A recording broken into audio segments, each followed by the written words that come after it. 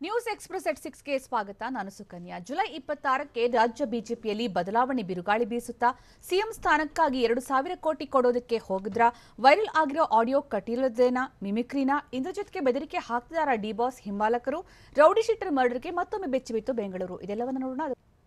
July 26ರಂದೇ CM BSY ಭವಿಷ್ಯ ನಿರ್ಧಾರವಾಗುತ್ತಾ? ಸರ್ಕಾರ 2 ವರ್ಷ ಪೂರೈಸುತ್ತಲೇ ನಾಯಕತ್ವ ಬದಲಾವಣೆ ಆಗುತ್ತಾ? ಆಪ್ತರ ಜೊತೆ ಭೋಜನಕೂಟದ ಮೀಟಿಂಗ್ನಲ್ಲಿ ಸಿಎಂ ಚರ್ಚಿಸಿದ್ದೇನು? ನೋಡೋಣ ಏನಾಗುತ್ತೆ 26ಕ್ಕೆ ನ್ಯೂಸ್ ಎಕ್ಸ್‌ಪ್ರೆಸ್‌ನಲ್ಲಿ.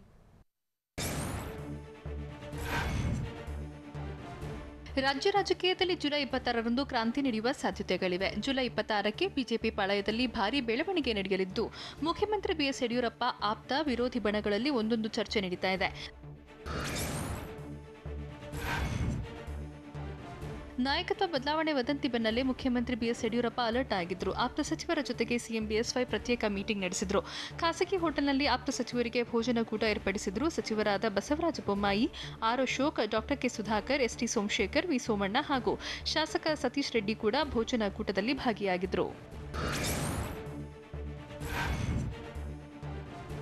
ನಾಯಕತ್ವ ಬದಲಾವಣೆ ಚರ್ಚೆ ಬೆನ್ನಲ್ಲೇ ಜುಲೈ 25ರಂದು ಸಂಪುಟ ಸಹೋದ್ಯೋಗಿಗಳಿಗೆ ಮುಖ್ಯಮಂತ್ರಿ ಬಿಎಸ್ ಯಡಿಯೂರಪ್ಪ ಭೋಜನಕೂಟ ಆಯೋಜಿಸಿದ್ದಾರೆ. ಸಚಿವರು ಬಿಜೆಪಿ ಶಾಸಕರಿಗೆ ಭೋಜನಕೂಟ ಆಯೋಜನೆ ಮಾಡಿದ್ದಾರೆ. ಜುಲೈ 26ರಂದು ರಾಜ್ಯ ಸರ್ಕಾರ 2 ವರ್ಷ ಪೂರ್ಣಗೊಳಿಸಲಿದೆ. ಹೀಗಾಗಿ ವಿಧಾನಸೌಧದಲ್ಲಿ ಕಾರ್ಯಕ್ರಮ ಆಯೋಜಿಸಿದ್ದಾರೆ. ಸಿಎಂ ಯಡಿಯೂರಪ್ಪ ದೆಹಲಿಗೆ ಹೋಗಿ ಬಂದ ವಿಚಾರಕ್ಕೆ ಸಂಬಂಧಪಟ್ಟಂತೆ ಬೆಂಗಳೂರಿನಲ್ಲಿ ಡಿಸಿಎಂ ಲಕ್ಷ್ಮಣ ಸವದಿ ಪ್ರತಿಕ್ರಿಯೆ ನೀಡಿದ್ದು, ರಾಜ್ಯದ ಅಭಿವೃದ್ಧಿ, ನೀರಾವರಿ ವಿಚಾರ ಚರ್ಚಿಸಿದ್ದಾರೆ ಅಂತ ಹೇಳಿದ್ರು. ದೆಹಲಿ ಭೇಟಿ ಬಗ್ಗೆ ಸಿಎಂ ಬಿಎಸ್ವೈ ಸ್ಪಷ್ಟನೆ ಕೊಟ್ಟಿದ್ದಾರೆ. ನಾಯಕತ್ವ ಬದಲಾವಣೆ ಬಗ್ಗೆ ಚರ್ಚೆ ಆಗಿಲ್ಲ ಅಂದಿದ್ದಾರೆ. ಹೀಗಾಗಿ ನಾವು ಸ್ಪಷ್ಟನೆ ಕೊಡುವ ಪ್ರಮೇಯವೇ ಬರಲ್ಲ. ರಾಜ್ಯ ಸರ್ಕಾರ 2 ವರ್ಷ ಪೂರೈಸಿದ ಹಿನ್ನೆಲೆ ಔತಣಕೂಟ ಆಯೋಜಿಸಿದ್ದಾರೆ ಅಂತ ಸವದಿ ತಿಳಿಸಿದ್ರು. ಮುಖ್ಯಮಂತ್ರಿ ಆಗಬೇಕೆಂಬ ಆಸೆ ಬಯಕೆ ಎಲ್ಲರಿಗೂ ಇರುತ್ತೆ. ಆದರೆ ಈಗ ಸಿಎಂ ಸ್ಥಾನ ಖಾಲಿ ಇಲ್ಲ ಅಂತ ಡಿಸಿಎಂ ಲಕ್ಷ್ಮಣ ಸವದಿ ತಿಳಿಸಿದ್ದಾರೆ. ಮೊದಲು ಶಾಸಕ, ಮಂತ್ರಿ, ಉಪಮುಖ್ಯಮಂತ್ರಿ, ಸಿಎಂ, ಕೇಂದ್ರ ಸಚಿವ ಆಗುವ ಆಸೆ ಎಲ್ಲರಿಗೂ ಇರುತ್ತೆ. ಆದರೆ ನಾನು ಸಿಎಂ ಆಗುವ ಪ್ರಶ್ನೆ ಬರಲ್ಲ. ಸಿಎಂ ಸ್ಥಾನ ಖಾಲಿ ಆದಾಗ ಬಂದು ಕೇಳಿದರೆ ಈ ಪ್ರಶ್ನೆಗೆ ಉತ್ತರ ಕೊಡಬಹುದು. ರಾಷ್ಟ್ರೀಯ ನಾಯಕರನ್ನ ಭೇಟಿ ಮಾಡಿ ಮುಖ್ಯಮಂತ್ರಿಗಳೇ ಬದಲಾವಣೆ ಇಲ್ಲ ಅಂದಿದ್ದಾರೆ. ಸಿಎಂ ಹೇಳಿದ ಮೇಲೆ ಅದೇ ಫೈನಲ್ ಅಂತ ಲಕ್ಷ್ಮಣ ಸವದಿ ಹೇಳಿದ್ರು.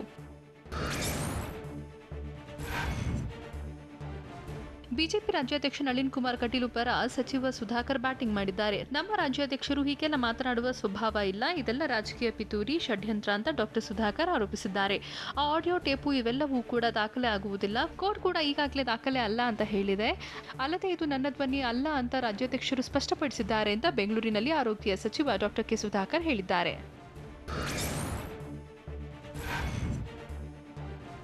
ವೈರಲ್ ಆಗಿರೋ ಆಡಿಯೋ ಹಿಂದೆ ರಾಜ್ಯಾಧ್ಯಕ್ಷರಿಗೆ ಕಳಂಕ ತರುವ ಹುನ್ನಾರ ಇದೆ ಅಂತ ಸಿಎಂ ರಾಜಕೀಯ ಕಾರ್ಯದರ್ಶಿ ಶಾಸಕ ರೇಣುಕಾಚಾರ್ಯ ಆರೋಪಿಸಿದ್ದಾರೆ.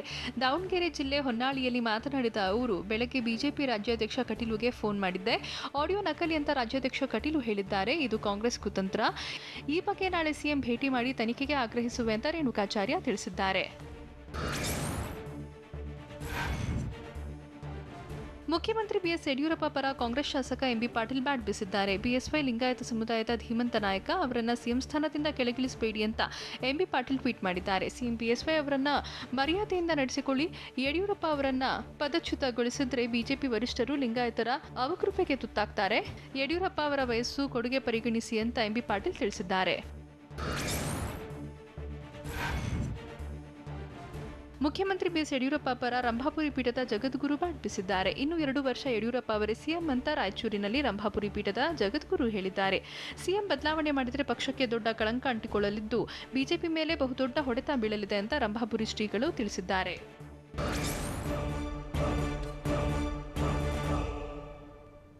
ಸಿಎಂ ಬಿಎಸ್ವೈ ರಾಜೀನಾಮೆ ನಿಶ್ಚಿತ ಅಂತ ಪರೋಕ್ಷವಾಗಿ ಯತ್ನಾಳ್ ಹೇಳಿದ ಹೇಗೆ? ಹೈಕಮಾಂಡ್ಗೆ 2,000 ಕೋಟಿ ಕೊಡೋದಕ್ಕೆ ಯತ್ನಿಸಿದ್ದು ಯಾರು? ವಿರೋಧಿ ಬಣಕ್ಕೆ ಕೌಂಟರ್ ಕೊಟ್ರ ಸಿಎಂ ಬಿಎಸ್ವೈ? ನೋಡೋಣ ಬಣ ಬಾಣ ನ್ಯೂಸ್ ಎಕ್ಸ್‌ಪ್ರೆಸ್‌ನಲ್ಲಿ. ನಾನು ಸಿಎಂ ಸೇರಿ ಯಾವುದೇ ರೇಸ್ನಲ್ಲಿ ಇಲ್ಲ ಅಂತ ಬಿಜೆಪಿ ಶಾಸಕ ಬಸನಗೌಡ ಯತ್ನಾಳ್ ಹೇಳಿದ್ದಾರೆ. ಮುಂದಿನ ಚುನಾವಣೆಯಲ್ಲಿ ಬಿಜೆಪಿ ಗೆಲ್ಲಿಸುವ ಶಕ್ತಿ ಇರುವ, ಪ್ರಾಮಾಣಿಕ, ಹಿಂದುತ್ವವಿರುವ ವ್ಯಕ್ತಿಯನ್ನ ಸಿಎಂ ಮಾಡ್ತಾರೆ. ಹಣ ಕೊಡುತ್ತೇನೆ ಎಂಬುವರಿಗೆ ಸಿಎಂ ಸ್ಥಾನವನ್ನ ಕೊಡಲ್ಲ ಅಂತ ಸಿಎಂ ಬದಲಾವಣೆ ಬಗ್ಗೆ ಶಾಸಕ ಯತ್ನಾಳ್ ಸುಳಿವು ನೀಡಿದ್ದಾರೆ.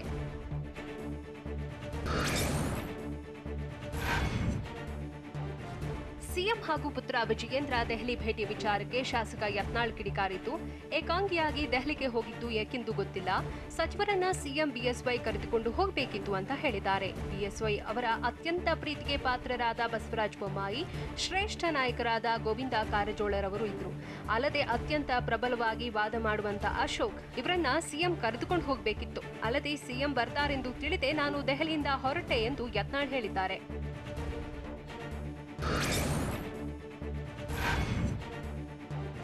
ವಿಜಯಪುರದಲ್ಲಿ ಶಾಸಕ ಯತ್ನಾಳ್ ಹೊಸ ಬಾಂಬ್ ಸಿಡಿಸಿದ್ದಾರೆ. ಸಿಎಂ ಮಾಡಿ 2,000 ಕೋಟಿ ಕೊಡ್ತೇವೆಂದು ದೆಹಲಿಗೆ ಬಂದಿದ್ರು ಅಂತ ಯತ್ನಾಳ್ ಆರೋಪಿಸಿದ್ದಾರೆ. 2,000 ಕೋಟಿ ನೀಡುತ್ತೇನೆಂದು ಕೆಲವರು ದೆಹಲಿಗೆ ಹೋಗಿದ್ರು. ಬೇರೆ ಬೇರೆ ಆಸೆ ಆಮಿಷವೊಡ್ಡಲು ತೆರಳಿದ್ರು. ಆದರೆ ನಮ್ಮ ಪಕ್ಷ ಹಾಗಿಲ್ಲ. ನಮ್ಮ ಪ್ರಧಾನಿಗಳು ಕೇಂದ್ರ ಸಚಿವ ಸಂಪುಟದಲ್ಲಿ ಎಲ್ಲಾ ಸಮುದಾಯದವರಿಗೂ ಅವಕಾಶ ನೀಡಿದ್ದಾರೆ. ಅಂತವರ ಬಳಿ 200 ಕೋಟಿ ಕೊಡುತ್ತೇನೆ, ಸಿಎಂ ಮಾಡಿ ಎಂದರೆ ಕಪಾಳಕ್ಕೆ ಹೊಡೆದು ಕಳಿಸುತ್ತಾರೆ ಅಂತ ಯತ್ನಾಳ್ ಹೇಳಿದ್ದಾರೆ.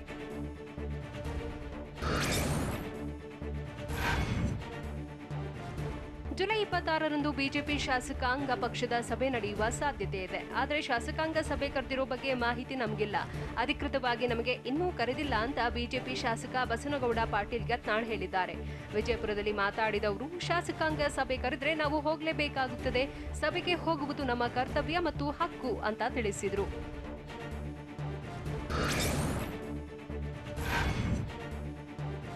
ಬಿಜೆಪಿ ಶಾಸಕಾಂಗ ಪಕ್ಷದ ಸಭೆಗೂ ಮುನ್ನವೇ ಶಾಸಕ ಬಸವನಗೌಡ ಪಾಟೀಲ್ ಯತ್ನಾಳ್ ಬಾಂಬ್ ಸಿಡಿಸಿದ್ದಾರೆ. ಸಭೆಯನ್ನ ನಾವು ಉಪಯೋಗ ಮಾಡಿಕೊಳ್ಳುತ್ತೇವೆ. ಏನು ಹೇಳಬೇಕೋ ಅದನ್ನ ನಾವು ಶಾಸಕಾಂಗ ಸಭೆಯಲ್ಲಿ ಹೇಳುತ್ತೇವೆ. ಚರ್ಚೆಯಾಗುತ್ತದೆ ಅಂತ ಯತ್ನಾಳ್ ಹೇಳಿದ್ದಾರೆ. ಅಲ್ಲದೆ ಮತಕ್ಷೇತ್ರದ ಕೆಲಸ ಕಾರ್ಯಗಳು ಹಾಗೂ ಪಕ್ಷದ ಮುಂದಿನ ಭವಿಷ್ಯದ ಬಗ್ಗೆ ಸಭೆಯಲ್ಲಿ ಚರ್ಚೆ ಮಾಡುತ್ತೇವೆ ಎಂದು ಯತ್ನಾಳ್ ತಿಳಿಸಿದರು.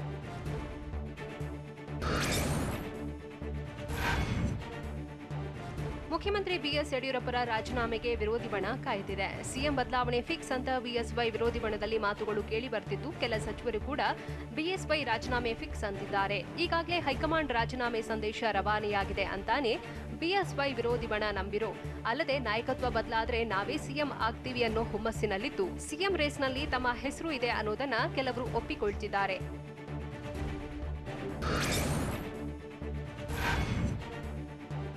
ಮುಖ್ಯಮಂತ್ರಿ ಸ್ಥಾನದಲ್ಲಿ ಬಿಎಸ್ವೈ ಮುಂದುವರಿಕೆ ಅನಿಶ್ಚಿತ ಅಂತ ಹೇಳಲಾಗುತ್ತಿದೆ. ಬಿಎಸ್ವೈ ಆಪ್ತ ಬಳಗ 2 ಸಾಧ್ಯತೆಗಳ ಬಗ್ಗೆ ನಿರೀಕ್ಷೆ ಇಟ್ಟುಕೊಂಡಿದ್ದು, ದೆಹಲಿ ಭೇಟಿ ವೇಳೆ ನಾವು ತಿಳಿಸುತ್ತೇವೆ ಅಂತ ಹೈಕಮಾಂಡ್ ಹೇಳಿದೆಯಂತೆ.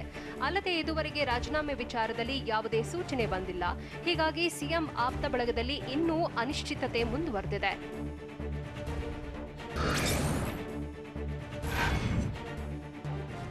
ಬದಲಾವಣೆ ಕಿಡಿ ಹೊತ್ತಿಸಿದ್ದ ವಿರೋಧಿ ಬಣಕ್ಕೆ ಸಿಎಂ ಕೌಂಟರ್ ನೀಡಿದ್ದಾರೆ. ನಿಗಮದಲ್ಲಿ ಆಪ್ತನಿಗೆ ಮಣೆ ಹಾಕಿ ರೆಬೆಲ್ಸ್ ಟೀಮ್ಗೆ ಖಡಕ್ ಟಿಚ್ಚಿಕೊಟ್ಟಿದ್ದಾರೆ. ಪ್ರವಾಸೋದ್ಯಮ ಅಭಿವೃದ್ಧಿ ನಿಗಮಕ್ಕೆ ಮುಖ್ಯಮಂತ್ರಿ ಯಡಿಯೂರಪ್ಪ ಆಪ್ತನ ನೇಮಕವಾಗಿದೆ. ಕಾಪು ಸಿದ್ದಲಿಂಗಸ್ವಾಮಿ ನೇಮಕ ಮಾಡಿರುವ ರಾಜ್ಯ ಸರ್ಕಾರ ಅಧ್ಯಕ್ಷೆಯಾಗಿದ್ದ ಶ್ರುತಿ ನೇಮಕಾತಿ ವಾಪಸ್ ಪಡೆದಿದೆ.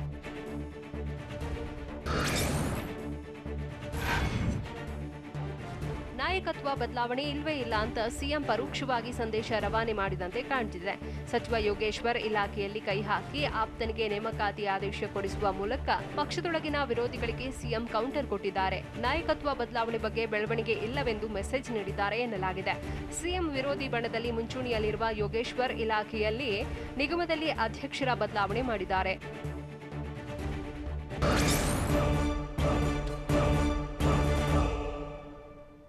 ಆಡಿಯೋ ಬಾಂಬ್ ಸ್ಫೋಟಗೊಳ್ತಾ ಇದ್ದಂತೆ ನಾಯಕತ್ವ ಬದಲಾವಣೆ ಕಂಪನ ಜೋರಾಗಿದ್ದು ಹೇಗೆ? ರಾಜ್ಯ ಬಿಜೆಪಿ ಉಸ್ತುವಾರಿ ಕೈ ಸೇರಿದ ಸ್ಫೋಟಕ ಆಡಿಯೋ, ವೈರಲ್ ಆಗಿರೋ ಆಡಿಯೋ ಕಟೀಲ್ರದ್ದೇ ಅಂತ ಹೇಳಿದ್ಯಾರು? ನೋಡೋಣ ಬದಲಾವಣೆ ಕಂಪನ ನ್ಯೂಸ್ ಎಕ್ಸ್‌ಪ್ರೆಸ್‌ನಲ್ಲಿ. ಕೇಸರಿಪಾಳ್ಯದಲ್ಲಿ ಆಡಿಯೋ ಬಾಂಬ್ ಸ್ಫೋಟಗೊಳ್ತಾ ಇದ್ದಂತೆ ನಾಯಕತ್ವ ಬದಲಾವಣೆ ಕಂಪನ ಜೋರಾಗಿದೆ. ಜುಲೈ 26ರಂದು ರಾಜ್ಯ ರಾಜಕಾರಣದಲ್ಲಿ ಸುಂಟರಗಾಳಿ ಬೀಸುತ್ತೆ ಅಂತ ಹೇಳಲಾಗ್ತಾ ಇದ್ದು, ನಾಯಕತ್ವ ಬದಲಾವಣೆ ವಿಚಾರ ಅಲ್ಲೋಲ ಕಲ್ಲೋಲ ಸೃಷ್ಟಿಸೋ ಸಾಧ್ಯತೆ ಇದೆ. ಜುಲೈ 26ರಂದೇ ಸಿಎಂ ಬದಲಾವಣೆ ಭವಿಷ್ಯ ಡಿಸೈಡ್ ಆಗುವ ನಿರೀಕ್ಷೆ ಇದೆ. ಜುಲೈ 26ರತ್ತ ಆಪ್ತ ಮತ್ತು ವಿರೋಧಿ ಬಣಗಳ ಚಿತ್ತ ನೆಟ್ಟಿವೆ.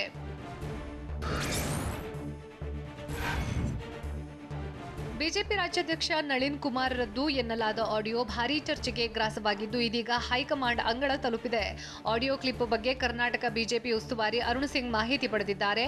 ಆಪ್ತರ ಮೂಲಕ ನಳಿನ್ ಆಡಿಯೋ ಕ್ಲಿಪ್ನಲ್ಲಿರುವ ಮಾತುಕತೆಯ ಬಗ್ಗೆ ಮಾಹಿತಿ ಸಂಗ್ರಹಿಸಿದ್ದಾರೆ.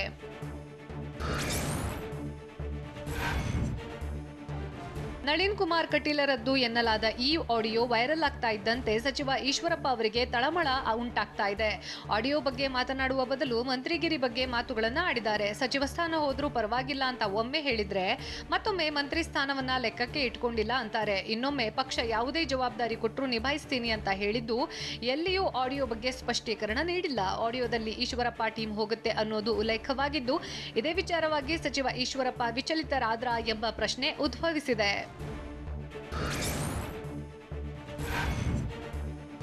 ನಾನು ಮಂತ್ರಿ ಸ್ಥಾನವನ್ನ ಲೆಕ್ಕಕ್ಕೆ ಇಟ್ಕೊಂಡಿಲ್ಲ ಅಂತ ಸಚಿವ ಕೆಎಸ್ ಈಶ್ವರಪ್ಪ ಹೇಳಿದ್ದಾರೆ. ನನ್ನ ಸಚಿವ ಸ್ಥಾನ ಹೋದರೆ ಒಂದು ಗೂಟ ಹೋದಂತೆ, ಯಾರೂ ಸಹ ಅಧಿಕಾರಕ್ಕೆ ಗೂಟ ಹೊಡೆದು ಕುಳಿತಿಲ್ಲ ಅಂತ ಶಿವಮೊಗ್ಗ ನಗರದಲ್ಲಿ ಹೇಳಿದ್ರು.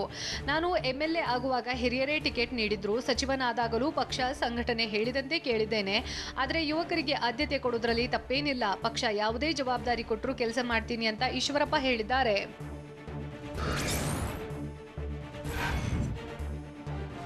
ವೈರಲ್ ಆಗಿರೋ ನಳಿನ್ ಕುಮಾರರದ್ದು ಎನ್ನಲಾದ ಆಡಿಯೋ ಬಿಜೆಪಿಯಲ್ಲಿ ಭಾರೀ ಚರ್ಚೆಯನ್ನ ಹುಟ್ಟುಹಾಕಿದೆ.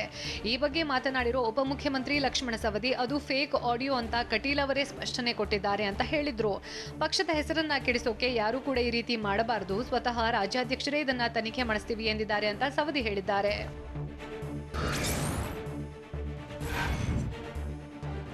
ವೈರಲ್ ಆಗಿರೋ ಆಡಿಯೋ ನಳಿನ್ ಕುಮಾರ್ ಕಟೀಲು ಅವರದ್ದೇ ಅಂತ ಕೆಪಿಸಿಸಿ ಅಧ್ಯಕ್ಷ ಡಿಕೆಶಿ ಹೇಳಿದ್ದಾರೆ. ಬೆಂಗಳೂರಿನಲ್ಲಿ ಮಾತನಾಡಿದ ಡಿಕೆಶಿ, ಅದು ಯಾರೋ ಸಾಮಾನ್ಯರ ಆಡಿಯೋ ಅಲ್ಲ, ಕಟೀಲ್ ಅವರ ಪಕ್ಷದ ಬೆಳವಣಿಗೆ ಬಗ್ಗೆ ಮಾತನಾಡಿರುವಂತಹ ಆಡಿಯೋ ಅಂತ ಹೇಳಿದ್ರು. ಅಲ್ಲದೆ ನಾವಂತೂ ಕಟೀಲು ಆಡಿಯೋ ಪ್ರಕರಣದಲ್ಲಿ ಇಲ್ಲ. ಸಿದ್ದರಾಮಯ್ಯ, ಎಚ್ಡಿಕೆ, ಎಚ್ಡಿಡಿ ಯಾವ ರೀತಿ ಮಾತಾಡ್ತಾರೆ ಅಂತ ಎಲ್ರಿಗೂ ಗೊತ್ತು. ಬಿಜೆಪಿ ಕಿತ್ತೋಗಿಬೇಕು ಅಂತ ಜನ ನಿರ್ಧಾರ ಮಾಡಿದ್ದಾರೆ. ಕಾಂಗ್ರೆಸ್ ಅಧಿಕಾರಕ್ಕೆ ಬರುವುದು ನಿಶ್ಚಿತ ಅಂತ ಡಿಕೆಶಿ ಹೇಳಿದ್ರು.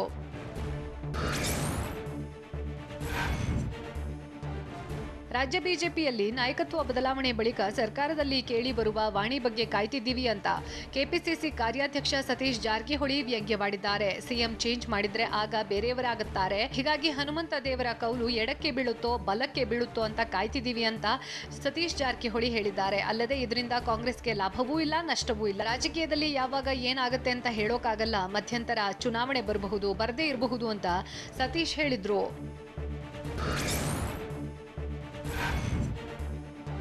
ಇತ್ತೀಚೆಗೆ ಆಡಿಯೋಗಳೇ ಮಹತ್ವವನ್ನ ಪಡಿತಿವೆ ಅಂತ ವೈರಲ್ ಆಗಿರುವಂತಹ ಆಡಿಯೋ ವಿಚಾರಕ್ಕೆ ಮಾಜಿ ಮುಖ್ಯಮಂತ್ರಿ ಎಚ್.ಡಿ. ಕುಮಾರಸ್ವಾಮಿ ಪ್ರತಿಕ್ರಿಯೆ ಕೊಟ್ಟಿದ್ದಾರೆ. ಮಾತನಾಡಬೇಕಾದ್ರೆ ಎಚ್ಚರಿಕೆಯಿಂದ ಇರಬೇಕು. ಕಟೀಲು ಆಡಿಯೋ ಬಗ್ಗೆ ತನಿಖೆ ಮಾಡಬೇಕು ಅಂತ ಹೇಳ್ತಾರೆ. ಆದರೆ ಯಾವ ತನಿಖೆ ಮಾಡಬೇಕು ಅಂತ ಎಚ್.ಡಿ.ಕೆ ಪ್ರಶ್ನಿಸಿದ್ರು. ಅಲ್ಲದೆ ಅವರ ಪಕ್ಷದಲ್ಲೇ ಸಿಎಂ ಬದಲಾವಣೆ ಬಗ್ಗೆ ಮಾತನಾಡ್ತಾರೆ. ನಂತರ ಬಿಎಸ್ವೈ ನಾನೇ ಸಿಎಂ ಅಂತ ಹೇಳ್ತಾರೆ ಅಂತ ಕುಮಾರಸ್ವಾಮಿ ಟಾಂಗ್ ಕೊಟ್ರು.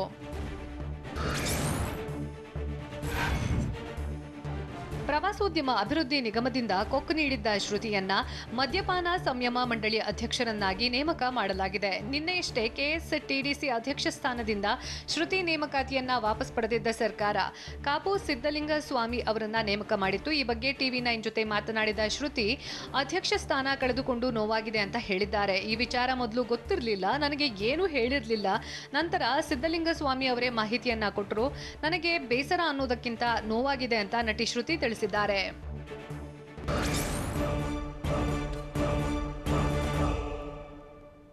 ಕೊರೋನಾ ಸಂಕಷ್ಟದ ಕಾಲ ಹೇಗ್ ನಡೆಯಿತು? ಮೊದಲ ದಿನದ ಎಸ್ಎಸ್ಎಲ್ಸಿ ಪರೀಕ್ಷಾ ವಂಚಿತರಿಗೆ ಸಚಿವ ಸುರೇಶ್ ಕುಮಾರ್ ಕೊಟ್ಟ ಗುಡ್ ನ್ಯೂಸ್ ಏನು? ಪರೀಕ್ಷಾ ಕೇಂದ್ರದಲ್ಲೇ ಬೆಂಕಿ ಕಾಣಿಸಿಕೊಂಡಿದ್ದು ಯಾಕೆ? ನೋಡೋಣ ಅಗ್ನಿ ಪರೀಕ್ಷೆ ನ್ಯೂಸ್ ಎಕ್ಸ್‌ಪ್ರೆಸ್‌ನಲ್ಲಿ. ಇಂದಿನಿಂದ ಎಸ್ಎಸ್ಎಲ್ಸಿ ವಿದ್ಯಾರ್ಥಿಗಳಿಗೆ ಪರೀಕ್ಷೆ ಎದುರಾಗಿದೆ. ಕೊರೋನಾ ಸಂಕಷ್ಟದ ನಡುವೆಯೂ ಪರೀಕ್ಷೆ ನಡೀತಾ ಇದ್ದು ವಿದ್ಯಾರ್ಥಿಗಳ ಭವಿಷ್ಯ ಉತ್ತರ ಪತ್ರಿಕೆ ಸೇರಿದೆ. ಇಂದು ಪರೀಕ್ಷೆ ಮುಕ್ತಾಯವಾಗಿದ್ದು ಗುರುವಾರ ಮತ್ತೊಂದು ಪರೀಕ್ಷೆ ನಡೆಯಲಿದೆ. ಕೊರೋನಾ ಕಾರಣಕ್ಕೆ ಈ ವರ್ಷ ಪರೀಕ್ಷೆ ಡಿಫರೆಂಟ್ ಆಗಿ ನಡೀತಿದೆ.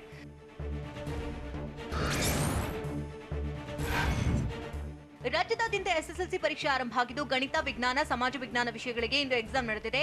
ಬೆಳಗ್ಗೆ 10:30ರಿಂದ ಮಧ್ಯಾಹ್ನ 1:30ರವರೆಗೆ ಪರೀಕ್ಷೆ ನಡೆದಿದ್ದು ಜುಲೈ 22ರಂದು ಭಾಷಾ ವಿಷಯಗಳ ಪರೀಕ್ಷೆ ನಡೆಯಲಿದೆ. ರಾಜ್ಯದಲ್ಲಿ 8,76,581 ವಿದ್ಯಾರ್ಥಿಗಳು ಪರೀಕ್ಷೆ ಬರೆದಿದ್ದು ಇದರಲ್ಲಿ 4,72,643 ಬಾಲಕರು ಮತ್ತು 4,03,938 ಬಾಲಕಿಯರಿದ್ದಾರೆ.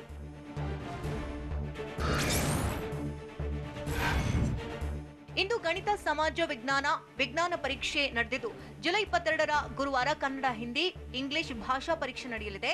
ಗಣಿತ, ಸಮಾಜ ವಿಜ್ಞಾನ ವಿಷಯಗಳನ್ನು ಒಟ್ಟುಗೂಡಿಸಿ ಇಂದು ಒಂದು ಪರೀಕ್ಷೆ ನಡೆದಿದ್ದು 3 ಭಾಷಾ ವಿಷಯಗಳನ್ನು ಸೇರಿಸಿ ಗುರುವಾರಕ್ಕೆ ಮತ್ತೊಂದು ಪ್ರಶ್ನೆ ಪತ್ರಿಕೆ ರೆಡಿ ಮಾಡಲಾಗಿದೆ.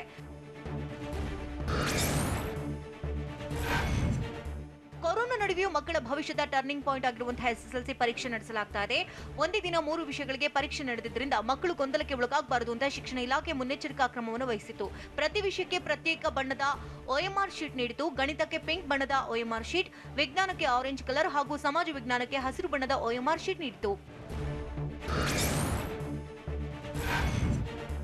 ಎಸ್ಎಸ್ಎಲ್ಸಿ ಪರೀಕ್ಷಾ ಕೇಂದ್ರಗಳಿಗೆ ಸಚಿವ ಕುಮಾರ್ ಭೇಟಿ ನೀಡಿ ಪರಿಶೀಲನೆ ನಡೆಸಿದರು.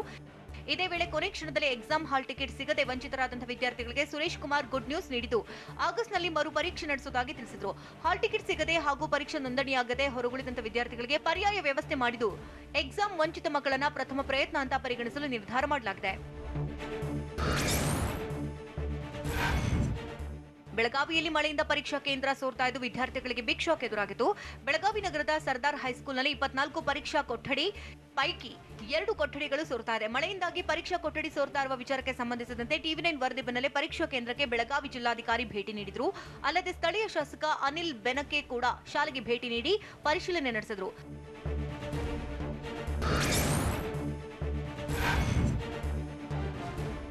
ಪರೀಕ್ಷೆ ಬರೆಯಲು ಮೊಮ್ಮಗನಿಗೆ ಹಾಲ್ ಟಿಕೆಟ್ ಸಿಗದೆ ಅಜ್ಜಿ ಕಣ್ಣೀರು ಹಾಕಿದ್ದಾರೆ. ಬಾಗಲಕೋಟೆಯ ಬಸವೇಶ್ವರ ವಿದ್ಯಾವರ್ಧಕ ಸಂಘದ ಪ್ರೌಢಶಾಲೆ ಪರೀಕ್ಷಾ ಕೇಂದ್ರದಲ್ಲಿ ಘಟನೆ ನಡೆದಿದೆ.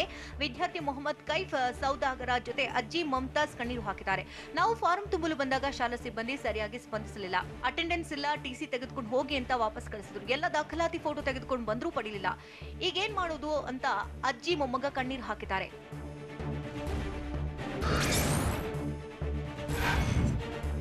ಕೋಲಾರದಲ್ಲಿ 55 ವರ್ಷದ ವ್ಯಕ್ತಿ SSLC ಪರೀಕ್ಷೆ ಬರೆದಿದ್ದಾರೆ. ಜೂನಿಯರ್ ಕಾಲೇಜು ಪರೀಕ್ಷಾ ಕೇಂದ್ರದಲ್ಲಿ ಕೋಲಾರ ನಗರದ ಕುರುಬರಪೇಟೆ ನಿವಾಸಿ ಮಂಜುನಾಥ್ ಎಕ್ಸಾಮ್ ಬರೆದಿದ್ದಾರೆ. ಪೊಲೀಸ್ ಇಲಾಖೆಯಲ್ಲಿ ನೌಕರರಾಗಿರತಕ್ಕಂಥ ಮಂಜುನಾಥ್ 1993ರಲ್ಲಿ ಪೊಲೀಸ್ ಇಲಾಖೆಗೆ ಸೇರ್ಪಡೆಯಾಗಿದ್ದಾರೆ. 10ನೇ ತರಗತಿ ಪಾಸ್ ಆದ್ರೆ ಪ್ರಮೋಷನ್ ಸಿಗುವುದರಿಂದ ಎಕ್ಸಾಮ್ ಬರೆದಿದ್ದಾರೆ.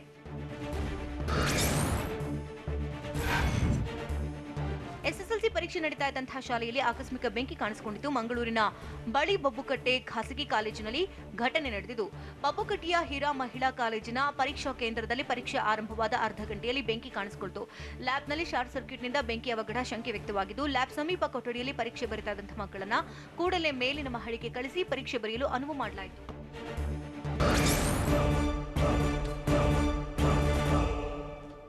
ನಟ ದರ್ಶನ್ ವಿರುದ್ಧ ನಿರ್ದೇಶಕ ಇಂದ್ರಜಿತ್ ಲಂಕೇಶ್ ಆರೋಪಿಸಿದ್ದೇನು? 30 ಜನರ ಗ್ಯಾಂಗ್ ಇಂದ್ರಜಿತ್ಗೆ ಕರೆ ಮಾಡಿ ಬೆದರಿಕೆ ಹಾಕ್ತಿದ್ದಾರಾ? ಬೆಂಗಳೂರಲ್ಲಿ ಬ್ಯಾಂಕ್ಗೆ ನುಗ್ಗಿ ರೌಡಿ ಶೀಟರ್ ಬರ್ಬರ ಹತ್ಯೆ ಮಾಡಿದ್ದಕ್ಕೆ ನೋಡೋಣ ಬೆಂಗಳೂರು ನ್ಯೂಸ್ ಎಕ್ಸ್‌ಪ್ರೆಸ್‌ನಲ್ಲಿ. ನಟ ದರ್ಶನ್ ಹಿಂಬಾಲಕರಿಂದ ಬೆದರಿಕೆ ಕರೆಗಳು ಬರ್ತಿವೆ ಅಂತ ಇಂದ್ರಜಿತ್ ಲಂಕೇಶ್ ಆರೋಪಿಸಿದ್ದಾರೆ. ದೂರವಾಣಿ ಕರೆ, ವಾಟ್ಸ್ಆಪ್ನಿಂದ ಬೆದರಿಕೆ ಕರೆ ಬರ್ತಾ ಇದ್ದು, ನಟ ದರ್ಶನ್ ಹಿಂಬಾಲಕರು ರೌಡಿಗಳು ಕರೆ ಮಾಡ್ತಿದ್ದಾರೆ ಅಂತ ಇಂದ್ರಜಿತ್ ಆರೋಪಿಸಿದ್ರು. ಬೆದರಿಕೆ ಕರೆಗಳ ಜೊತೆಗೆ ಅಶ್ಲೀಲ ಸಂದೇಶಗಳನ್ನು ಕಳುಹಿಸುತ್ತಿದ್ದಾರೆ. ದಿನದ 24 ಗಂಟೆಯೂ ಪ್ರತಿ 30 ಸೆಕೆಂಡ್ಗೆ ಒಮ್ಮೆ ಕರೆ ಬರ್ತಿದೆ ಅಂತ ಇಂದ್ರಜಿತ್ ಗುಡುಗಿದ್ರು. ದರ್ಶನ್ ಹಿಂಬಾಲಕರು ನನಗೆ ಪ್ರತಿ 30 ಸೆಕೆಂಡ್ಗೆ ಒಮ್ಮೆ ವಾಟ್ಸ್ಆಪ್ ಮೂಲಕ ಬೆದರಿಕೆ ಹಾಕ್ತಿದ್ದಾರೆ ಅಂತ ಆರೋಪಿಸಿದ ಇಂದ್ರಜಿತ್ ಲಂಕೇಶ್ 30 ಜನರ ಗ್ಯಾಂಗ್ನಿಂದ ನಿರಂತರವಾಗಿ ಕರೆ ಬರ್ತಾ ಇದೆ ಅಂತ ಹೇಳಿದ್ದಾರೆ. ಮೊಬೈಲ್ ಕರೆ ಸ್ವೀಕರಿಸಿದ ತಕ್ಷಣ ಕಟ್ ಮಾಡ್ತಿದ್ದಾರೆ. ಕರೆ ಮಾಡಿ ನನ್ನನ್ನು ಹೆದರಿಸೋಕೆ ಯತ್ನಿಸಿದ್ರೆ ನಾನು ಹೆದರಲ್ಲ, ಈ ಬಗ್ಗೆ ಸೈಬರ್ ಕ್ರೈಮ್ ಪೊಲೀಸರಿಗೆ ದೂರು ನೀಡ್ತೇನೆ ಅಂತ ಹೇಳಿದ್ರು. ಮೈಸೂರಿನ ಸಂದೇಶ್ ಪ್ರಿನ್ಸ್ ಹೋಟೆಲ್ ಸಿಬ್ಬಂದಿ ಮೇಲೆ ನಟ ದರ್ಶನ್ ಹಲ್ಲೆ ಆರೋಪ ಕೇಸ್ಗೆ ಹೋಟೆಲ್ ಸಪ್ಲೈಯರ್ ಸಂಘ ಬೆಂಬಲ ಸೂಚಿಸಿದೆ ಅಂತ ನಿರ್ದೇಶಕ ಇಂದ್ರಜಿತ್ ಲಂಕೇಶ್ ಹೇಳಿದ್ರು. ಬೆಂಗಳೂರಿನಲ್ಲಿ ಮಾತನಾಡಿದ ಇಂದ್ರಜಿತ್, ನಮ್ಮ ವಕೀಲರು ಕಾನೂನು ಚೌಕಟ್ಟಿನಲ್ಲಿ ಮುಂದುವರಿಸುತ್ತಾರೆ. ದರ್ಶನ್ ಹಲ್ಲೆ ಕೇಸ್ನಲ್ಲಿ ಸಂಬಂಧ ಇನ್ಮುಂದೆ ಮಾತಾಡಲ್ಲ, ಇನ್ನೇನಿದ್ರೂ ಕಾನೂನು ಹೋರಾಟ ಮುಂದುವರಿಸುವೆ ಅಂತ ಇಂದ್ರಜಿತ್ ಹೇಳಿದ್ರು. ಮೈಸೂರು ಹೋಟೆಲ್ನಲ್ಲಿನ ಹಲ್ಲೆ ಕೇಸ್ಗೆ ಸಂಬಂಧಿಸಿದಂತೆ ಮೈಸೂರು ಪೊಲೀಸರು ಇದುವರೆಗೆ ನನ್ನನ್ನು ಸಂಪರ್ಕಿಸಿಲ್ಲ ಅಂತ ನಿರ್ದೇಶಕ ಇಂದ್ರಜಿತ್ ಲಂಕೇಶ್ ಹೇಳಿದ್ರು. ತನಿಖೆ ಕುರಿತಂತೆ ಮೈಸೂರು ಪೊಲೀಸರು ಕರೆದ್ರೆ ನನ್ನ ಬಳಿ ಇರುವ ದಾಖಲೆ ಹಸ್ತಾಂತರ ಮಾಡ್ತೇನೆ. ಇಡೀ ಕೇಸ್ನ ತನಿಖೆಗೆ ನಾನು ಸಂಪೂರ್ಣ ಸಹಕಾರ ನೀಡ್ತೀನಿ ಅಂತ ಇಂದ್ರಜಿತ್ ಹೇಳಿದ್ರು. ನಾಳೆ ಸಂಜೆ 4:30ಕ್ಕೆ ದ್ವಿತೀಯ PUC ಫಲಿತಾಂಶ ಪ್ರಕಟವಾಗಲಿದೆ ಅಂತ PU ಮಂಡಳಿ ನಿರ್ದೇಶಕಿ ಸ್ನೇಹಲ್ ಹೇಳಿದ್ದಾರೆ. NIC ವೆಬ್ಸೈಟ್ನಲ್ಲಿ ದ್ವಿತೀಯ PUC ಫಲಿತಾಂಶ ಪ್ರಕಟವಾಗಲಿದ್ದು, ನೋ ಮೈ ರಿಜಿಸ್ಟರ್ ನಂಬರ್ ಮೂಲಕ ರಿಸಲ್ಟ್ ನಂಬರ್ ಹಂಚಿಕೆ ಆಗಲಿದೆ. ಆನ್ಲೈನ್ ಮೂಲಕ ಫಲಿತಾಂಶ ಲಭ್ಯವಾಗಲಿದೆ. ಒಟ್ಟು 6,66,497 ವಿದ್ಯಾರ್ಥಿಗಳಿಂದ ವಿಷಯವಾರು ಅಂಕ ನೀಡಲಾಗುತ್ತೆ. ಪ್ರದೇಶ ಕಾಂಗ್ರೆಸ್ ಕಮಿಟಿ ಅಧ್ಯಕ್ಷರ ಜೊತೆ ಚರ್ಚೆ ನಡೆಸೋಕೆ ರಾಹುಲ್ ಗಾಂಧಿ ಆಹ್ವಾನ ನೀಡಿದ್ದು, ಮಾರ್ಗದರ್ಶನ ಪಡೆಯೋಕೆ ನಾನು ದೆಹಲಿಗೆ ಹೋಗ್ತಿದ್ದೀನಿ ಅಂತ ಬೆಂಗಳೂರಿನಲ್ಲಿ ಕೆಪಿಸಿಸಿ ಅಧ್ಯಕ್ಷ ಡಿಕೆಶಿ ಹೇಳಿದ್ದಾರೆ. ಈ ವೇಳೆ ಪದಾಧಿಕಾರಿಗಳ ನೇಮಕ ಬಗ್ಗೆಯೂ ಚರ್ಚೆ ನಡೆಯಲಿದೆ ಅಂತ ಡಿಕೆಶಿ ತಿಳಿಸಿದ್ರು. ಅಲ್ಲದೆ ಮುಂದಿನ ವಾರ 5 ದಿನಗಳ ಕಾಲ ರಾಜ್ಯಕ್ಕೆ ಕಾಂಗ್ರೆಸ್ ಉಸ್ತುವಾರಿ ಭೇಟಿ ನೀಡುತ್ತಿದ್ದಾರೆ. ಅವರು ಬಂದು ಹೋದ ನಂತರ ಪಟ್ಟಿ ಅಂತಿಮವಾಗುತ್ತೆ ಅಂತ ಡಿಕೆಶಿ ಹೇಳಿದ್ದಾರೆ.